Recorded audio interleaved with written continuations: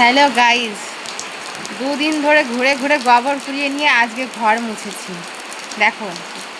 আর আজকে বৃষ্টি নামছে, তাহলে কি বলো। সকাল থেকে এগুলো উঠোন ঘর দুয়ার সব লেপা মোছা করলাম, আর এখন যদি বৃষ্টিতে ধুয়ে যায় তাহলে কেমন লাগে বলো। এখন বাজে একটা, স্নান করে এইমাত্র পুজো দিয়ে উঠলাম, আর এখন নামলো বৃষ্টি। তো তোমাদের কি বলবো, ভালো লাগে না, গোবর পাওয়া যায় না।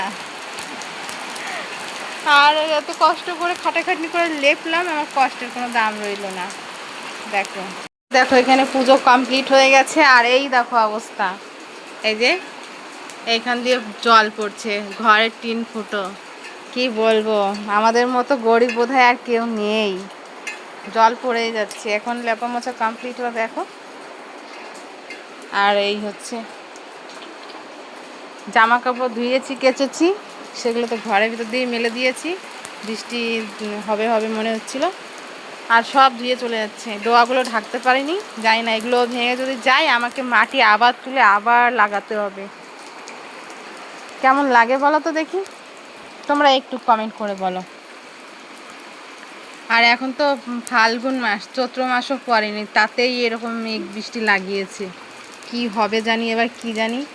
এবার তো মনে হচ্ছে ঝড় বৃষ্টিটা বেশি হওয়ার সম্ভাবনা আছে।